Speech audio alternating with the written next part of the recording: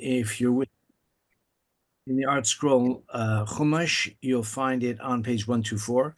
And Parshas Toldot begins with the birth of, well, it begins, I suppose, with the childlessness of Yitzchak and Rivka, and the fact that their prayers were answered in the sense that she did become pregnant. She gave birth to twins, of course, as is well known, and the twins are quite different one to the other. So let's pick it up from uh, Pasuk uh, Pasuk Chaf Hey, which can be found on page 126.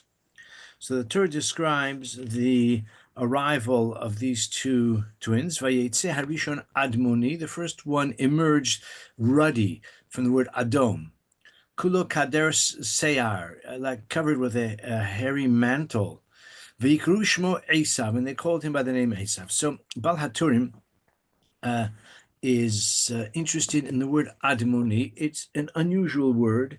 As I said, it comes from the word Adom, and you could call it Adom, could be Edomi, and of course there is a nation called the Edomim, and they are in fact descended from Esau because his nickname was Adom. But he emerged Admoni. The word Admoni appears, says the Bal haTurim, in one other place in the Tanakh, not in the Torah, but it's in the book of Shmuel. It says, Vayetze Harishon Admoni, and it says also, V'hu Admoni im Yefei Einayim. He was ruddy with attractive eyes or beautiful eyes. And it says that with regard to King David. David HaMelech is described as Yefei Einayim, but he's also called Admoni. So the Bal haTurim quotes the Medrash that says when Shmuel saw that this David, that he was instructed to anoint as the next king, when he saw that he was ruddy, he thought to himself, especially that word Admoni, which only appears in the Torah, in the Tanakh, and one other place in our Parasha, so he could not avoid thinking of Esav. And he said, Zeh shofech damim ke Esav. Perhaps, or maybe more than perhaps, he felt that it was almost an inevitability, an omen that this David would be a shedder of blood, just as Esav was, and he's described with the same word. So the Medrash says that's why the pasuk in Shmuel says Im Yefei Einayim. Yefei Einayim doesn't mean only with beautiful eyes or attractive eyes or handsome eyes, if you like, for the future King David, but it also means midrashically a reference to Einei Ha'eda. The Einei Ha'eda are the eyes of the congregation, which is the Sanhedrin. So the Medrash says, that Hashem told Shmuel, don't panic. He has Yefei Einayim. He is guided by the eyes of the nation. Whatever he does as the king, as the future king, because Shmuel was there to anoint him as king, he will do at the behest and at the instruction and the direction of the Sanhedrin. So Yefei Einayim is seen as like modifying the Admonim. Question is it really consistent with our understanding of human character to attribute a sign, a kind of indication of a person's future behavior or his destiny in terms of his appearance? And especially here we have Esav was only born. The Torah describes him as having a red appearance at birth. So it's quite interesting, actually, that we find in the Talmud that someone who is born under a red star, which is the star of Mars, in fact, today is called Red Planet Day, because the 28th of November is when the NASA space launch to Mars first was undertaken in 1964, according to Professor Google. So it's just a little coincidence that today is Red Star Day, Red Planet Day, rather. And the Talmud says that one who is born under the influence of Mars will be Shofech Damim. And even though the Talmud discusses whether Yesh Mazal Yisrael or Ein Mazal Yisrael, if the constellations do have an influence or don't, it is evident from the Talmudic discussion that, at least to a degree, there is some influence, there is some expectation, there is a kind of presumption that the circumstance of a person's birth or the timing of his birth will have some effect, some predictive value about his character and even about his behavior. And the Gemara actually says that someone who is born under the Mazal Ma'adim, under Mars, which is the red planet, he will be destined to be one who sheds blood, but it's not necessarily as a bandit or as a brigand, or even as, let's say, a soldier or a fighter. He can be a surgeon, or he can be a shochet, or he can be a mohel. That is to say, he can sublimate his inclination and his like destiny to be one who draws blood or sheds blood, to do so in a positive way, in a helpful way, in a beneficial way, rather than in a violent or misanthropic way. So David HaMelech, actually, the Gemara elsewhere says that yes, he was born with a ruddy appearance, and or he had it when he was, when Shmuel saw him, like the pasuk says, "Adoni im yifei einayim," but he actually like drew upon, or he utilized his facility, his interest, if you like, in blood, in a way that reflected, or he utilized it. The Gemara in Bracha says to evaluate dam nida, if he was in a position to evaluate the evidence of dam, of blood, whether it's called dam tohar or dam nida, dam tome or dam tohar. This is an evaluation which a halachic authority may be called upon to make, and David HaMelech exerted himself to acquire expertise and to trouble himself, according to the rabbinic tradition, to assist a woman, to enable her to be restored in her relationship with her husband, following a circumstance, whether it's a monthly cycle or other circumstances. And he would, so to speak, involve himself in the subject of dam. So the point here is that the destiny of Esav, which would play out in terms of his violent nature, and the fact that he expressed his intention to kill Yaakov, which he apparently relented because he met him again many years later, and he was in a more favorable frame of mind at that time. But on the other hand, we, the Jewish people, have like confronted the violent nature of Esav, which is associated with Edom, which is associated with Rome, and by extension the Christian world. And that confrontation, sadly, has often involved the shedding of blood, of Jewish blood. But all of this, just to go back to where it began, is hinted to by the haTurim, and the fact that the word Admoni appears here and appears later on in the case of David HaMelech. And indeed, David HaMelech was able to channel his facility with blood, or his sort of association with blood, in a positive and a favorable way. Just want to add on an interesting thing, that Esav perhaps believed in predestiny, and he felt that his nature was to be a kind of powerful, physically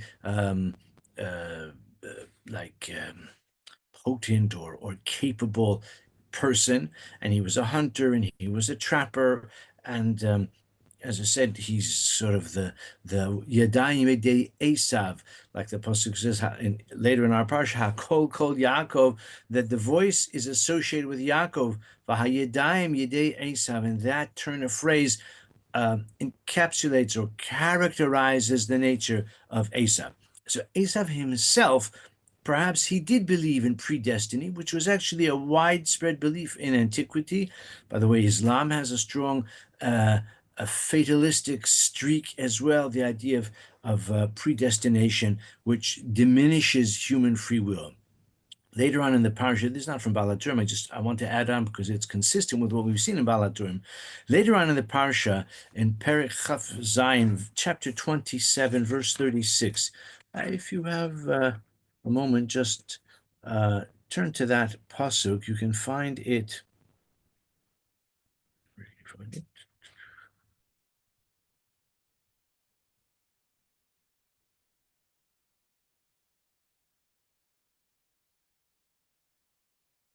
Sorry.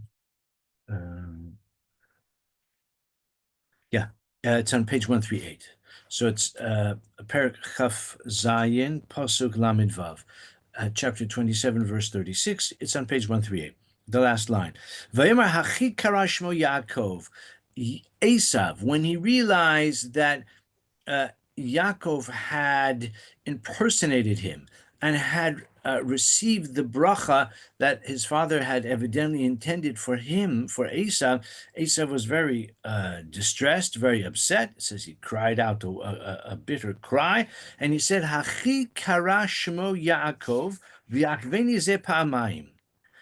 It's very fitting. He said, it's because his name was Jacob that he has outwitted me these two times. Or maybe it was a rhetorical. Is it because of that? He took my birthright and he took he took my birthright and he took my blessing as well, which very likely go together.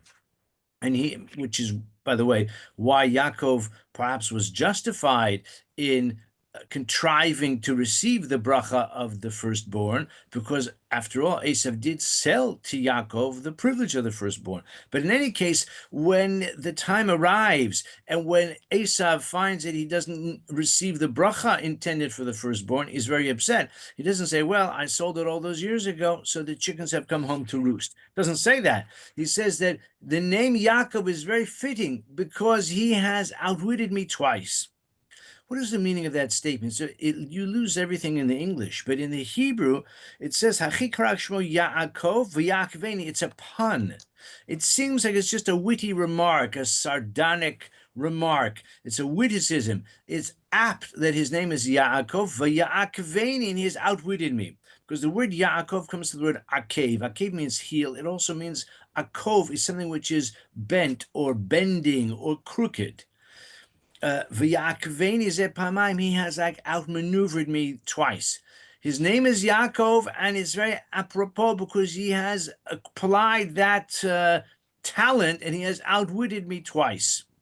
He has outmaneuvered me on two occasions. But it's not just a witty remark.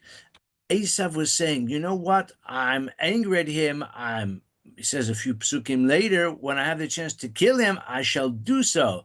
But at the same time, I realize that he can't really help himself because his name is Yaakov and he's destined to act in that way. He's destined to be cunning or shrewd or even deceptive because his name is Yaakov. That's his destiny. He can't help it. Says Esav, neither can I. Why am I so antagonistic? Why am I such a ruffian? That's how I am. That's my destiny. I was born under a red star, so I'm going to be a shedder of blood. I'm a hunter. I live by the sword.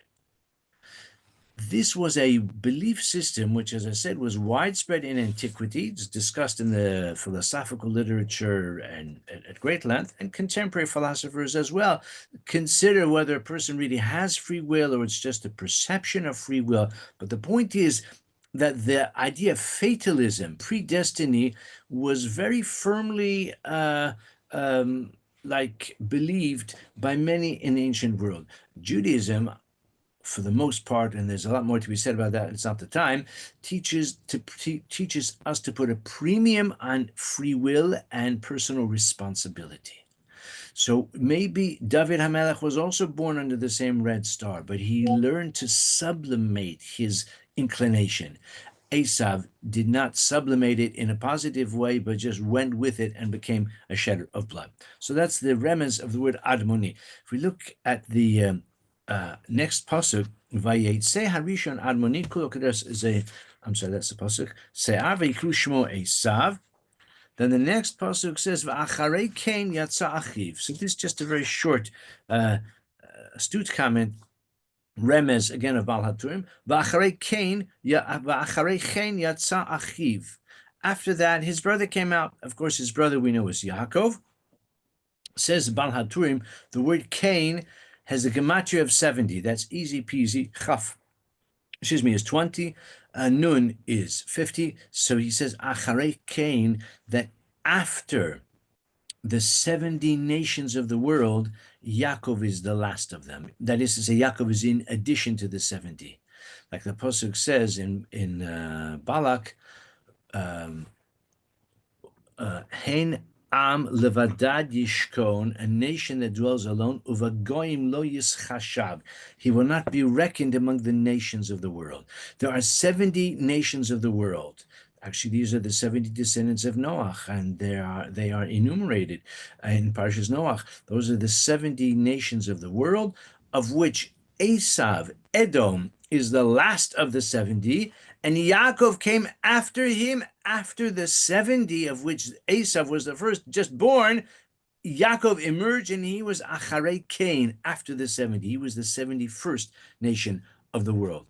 And this is the image we find many places. The Karbonos of Sukkos correspond to the 70 nations of the world. We find the idea of 70 languages, and these correspond to the original biblical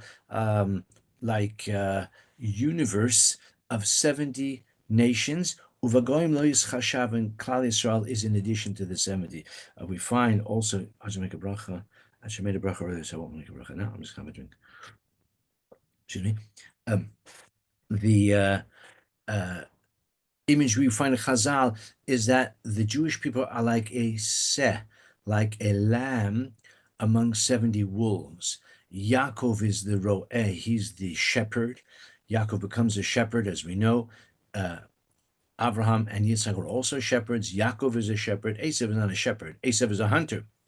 But Yaakov and the Jewish people are likened to a sheep or to a lamb surrounded by 70 wolves. Those are the 70 nations of the world. So that's Acharei Chen Yatsa Achiv. I want to share with you a thought which actually is the source of the title we gave to our shir tonight, Disdainful, which we will see right now, because Yaakov and Esav, over time, when they reach maturity, we don't know exactly how old, although according to rabbinic tradition, they were 15 years old, when Yaakov prepared a meal of lentils, Nizid Adashim. According to tradition, he prepared it on the day of the burial of his grandfather Avraham, which meant that Yitzchak was now in mourning, and Yaakov prepared that food for his father Yitzchak. That's according to rabbinic tradition. But the Torah says explicitly he prepared Nizid Adashim, and as is very well known, Esav came home, he was tired, he was probably exhausted, he was famished evidently, and Yaakov traded, or Esav bartered, you could say, his birthright for the Nizid Adashim. There's much to be said about that, but haTurim doesn't dwell on it so much. What he does say is a comment about the last pasuk in this passage, pasuk Lamed Daled, verse 34. V'Yaakov, I'll just tell you where the page is in the art scroll, if you want to follow there. Yeah, it's over here. No, excuse me. In the art scroll, it is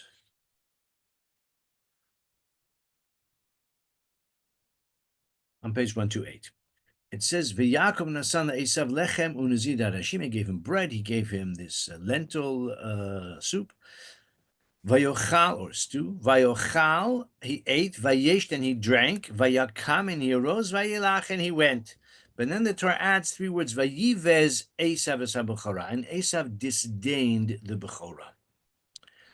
The fact that he ate and drank, got up and left, I mean, that is to be expected. The Torah doesn't have to necessarily narrate that part of it, but the Torah does. But the last words are very important, that having eaten and drunk and gotten up and left without a bracha achrona, the Chachamim say,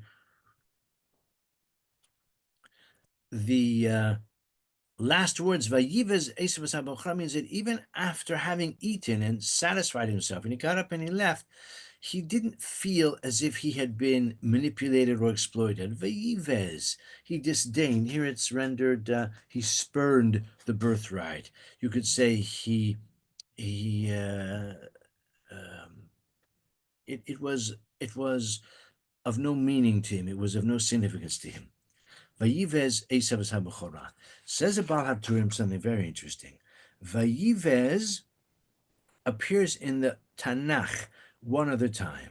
I told you, Baal HaTurim, we've seen already, Baal HaTurim very frequently quotes the Masorah, and the Masorah is an ancient tradition which doesn't necessarily involve creativity. It is just a like uh, compendium of where certain words appear in the Torah, how many times they appear.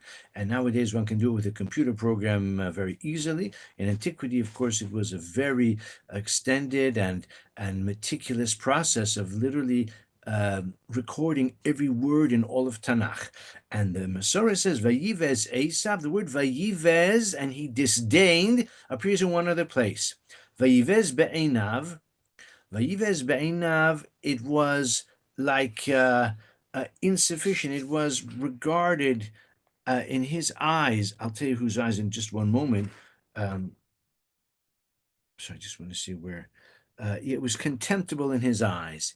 It was contemptible in his eyes. It refers to Haman. That is the pasuk in the book of Esther when it says that Haman considered it like beneath his effort. It was like unbecoming for him to avenge himself on Mordechai alone. Rather, he was determined to avenge himself on all of the nation of Mordechai, which all the Jewish people. That is the prelude to the it's not climactic exactly, but to the ominous approach on the part of Haman to Achashverosh, saying that Haman is proposing to destroy and to completely annihilate the Jewish people, the people of Mordechai. It's introduced with those words, Vayivez be'enav. Is it not a coincidence? Is it not an irony that it says Vayivez be'enav regarding Haman, regarding uh, um, Esav, Vayivez Esav, and it says Vayivaz be'enav in the case of Haman. Haman, I can remind you, was a descendant of Esav. Haman was a descendant of Agag, and Agag was the king of Amalek, and Amalek was the grandson of Esav. So Haman was a direct descendant of Esav. One could say that Haman has almost like exemplified the antagonism of Esav and the violence of Esav, and Haman, in that sense, sort of elevates the nature of Esav to a higher level of his seeking to destroy the Jewish people in their entirety. It says in Medrash, Buza ben Buza, that the word Vayivez is to disdain. So Haman, he disdained, he was contemptible in his eyes to kill Mordechai alone. He wants to kill all the Jewish people. It came about because of Esav had that impulse as well. But the interesting thing is that we find, excuse me, we find that the nation of Edom is also called by that term. We find that the prophet Ovadia says about Edom, Bazui atam ma'od, you are very contemptible. But the idea of contempt is associated with Esav, is associated with Haman, is associated with people who are callous and who are self-centered. They disdain other people. But we have a Mishnah that says that we have a Mishnah that tells us that al tihivaz lekol adam. Do not denigrate any person. Do not regard with contempt. Do not regard with disdain any person. Al What's I lost it. Al tevaz lekol adam. Don't denigrate. Don't be disdainful of any person. Every person has his time. Every person has his opportunity. Every person has his human dignity, which needs to be respected.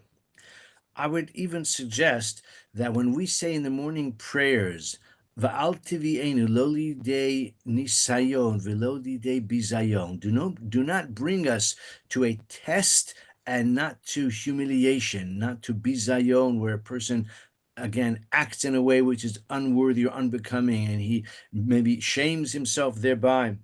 Maybe he's caught in the act of doing something which is unworthy or unseemly. That's the usual understanding. But I would like to suggest maybe the intention of the tefillah is also that we ask Hashem that in the day ahead, I should not be guilty of denigrating others, disdaining others. I should not have the quality, I should not manifest the habit, the impulse of bizayon, to act towards others in a contemptuous manner, to feel disdain for others. That is a associated with gasus haruach, with self-centeredness, with egotism, with someone who feels the world revolves around him and he denigrates others. And there are people like that. Perhaps you have encountered such people, or maybe sometimes we ourselves sometimes act that way as well. That's what the Torah. I think that's what the Baal HaTurim is hinting to here. Vayivez, that's a quality of Esav, that's a quality of Haman, that's a quality of Edom, perhaps. But we are encouraged, we are instructed, altivaz l'kol adam. Lastly, in the just minutes we have left, I want to share with you a comment towards the very end of the parsha. So not the very end, but it's Perek Chav Zayin Pasuk Lamed Hey. It's near the end of that chapter. That's in the midst of our parsha. So you can find it on page 138. Actually, it's the same page we looked at a few minutes ago, page 138, verse 35, Pasuk Lamed Hey. Vayomer. So Yitzchak is explaining to Esav why Yitzchak is so surprised that Esav has walked through the door of the tent and said, I'm ready for my bracha, when he just gave the bracha a few minutes ago to Yaakov, thinking he was Esav. So Yitzchak explains, Vayomer ba achicha b'mirma v'yikach birchasecha. Your brother has come in a cunning way or in a clever way. Here Rashi Artsco says, your brother came with cleverness, which is the Targum Onkelos as well. Varmar al achuch b'chachmasa. Your brother has come with cleverness. Okay, it's possibly a slight euphemistic way of putting it, because as we know, as the Torah describes, Yaakov was urged by his mother to explicitly impersonate Esav. But in any case, the word mirma normally means with guile or with shrewdness or with deceit. And as a result, says the Baal HaTurim, as a result, excuse me, we'll get to the result in one moment. The Baal HaTurim says that we find the word bemirma appears later on in the Torah, not very far away. We find Vayanu b'nei Yaakov, bemirma. Again, Yitzchak says to Esav, Ba'achicha b'mirma, your brother has come maybe with guile, and he has taken your bracha. I'll read the psukim. Veikach birchasech, he took your bracha. The same word bemirma appears one other time in the Tanakh, and that is later on in the Parsha when it says, later on in the book of Bereshis, when it says, "Vayanu b'nei Yisrael bemirma." The sons of Yaakov also spoke in a cunning way. To whom did they speak in a cunning way? They spoke to Hamor and to Shem in a cunning way, because their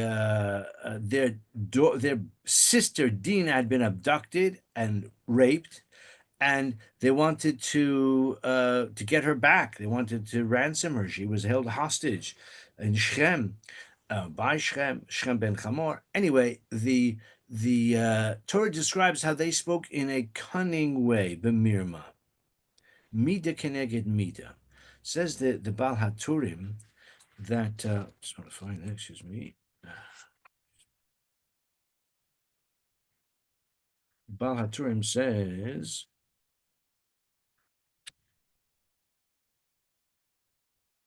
Bishvil shehu bal aviv b'mirma ba'u banav b'mirma. Because Yaakov used that quality of mirma when he approached his father, impersonating Esav, So the sons of Yaakov did the same. Now, haTurim doesn't attach any opprobrium to this, even though we find that Yaakov himself was very unhappy with the plan and the subterfuge that his sons used in order to redeem Dinah, and they massacred the people of Shechem. And Yaakov was not happy about that. He criticized them. Well, it was it was Shimon and Levi who carried out the massacre, but the sons of Yaakov collectively, they did engage in a kind of guileful gambit in which they said, well, we'd love to settle down, we'll marry yours and you'll marry ours, we'll get along very well, but you've got to circumcise yourselves, when in fact they had no intention of settling down with them at all. That's the Mirma part. But the haTurim says that therefore it's a kind of Mida Keneged Mida.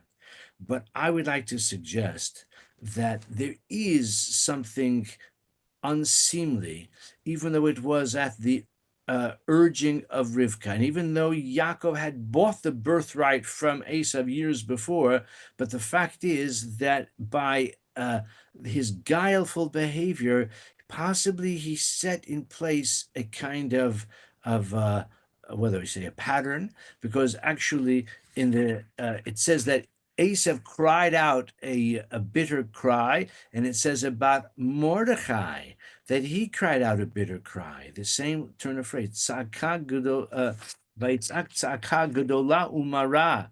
And it says about Mordechai, Vayizak zaka gedola umara. The same turn of phrase, although tzaka and zaka are very similar. So the Chachamim, like haTurim doesn't make that point, but that's in the Medrash.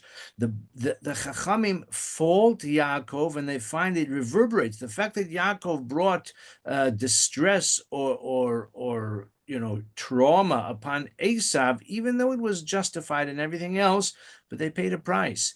Generations, hundreds of years later, Mordechai cried out a great and bitter cry as well because of the peril that was placed upon the Jewish people. But what I want to share with you, and we'll end with this, is an interesting irony in next week's Parsha. So Yaakov flees to Padan Aram at the urging again of his mother, and he goes to find a wife, and he does find a wife. He actually marries his cousin, and that is that means that Lavan has become his father-in-law. Who does Yaakov find, and who does he want to marry? Of course, it's Rachel. Who does he marry? In fact, he ends up marrying Leah. He marries Rachel subsequently as well, but he marries Leah. How does he get Leah? Yaakov ended up with Leah because his father-in-law deceived him, and Yaakov was very unhappy about that. And he said, I worked for 7 years for Rachel, and here you've given me Leah. Why have you, Lama Rimi Sani, why have you cheated me? Why have you defrauded me in this way? What does Lavan say? Lavan says, Lo yeyaseh kain b'mekomenu. We wouldn't do that in our place, to give the older before the younger. Why does he say b'mekomenu? Of course, on the surface, he's just protesting not only his innocence, but his, adherence to etiquette. We wouldn't do that in our place. What he's hinting to is maybe in your place you do, because you switched yourself for your older brother. You impersonate your older brother, and you seized the bracha that was supposed to go to the older brother. Maybe in your place you do that, but we wouldn't do that. So Yaakov finds himself caught by the same, not exactly trap that he set for someone else, but I should say the example, the precedent that Yaakov introduced by impersonating his brother. It came back to bite him. It came back to haunt him, because a generation later, it was even less than a generation later, it was a number of years later, when Lavan said to him, Lo yasa kemim mekomenu, hinting in your place you do it, but not in our place. My friends, the principle we see here is Mida Keneged Mida, as we say in English, what goes around comes around, and that even though Yaakov was justified in what he did, but he still paid a price for it. On the other side, we said, Vayivez Esav HaBechorah, and that impulse to denigrate and disdain things that are, in your mind, unimportant was a family trait that finds its expression in Haman hundreds of years later.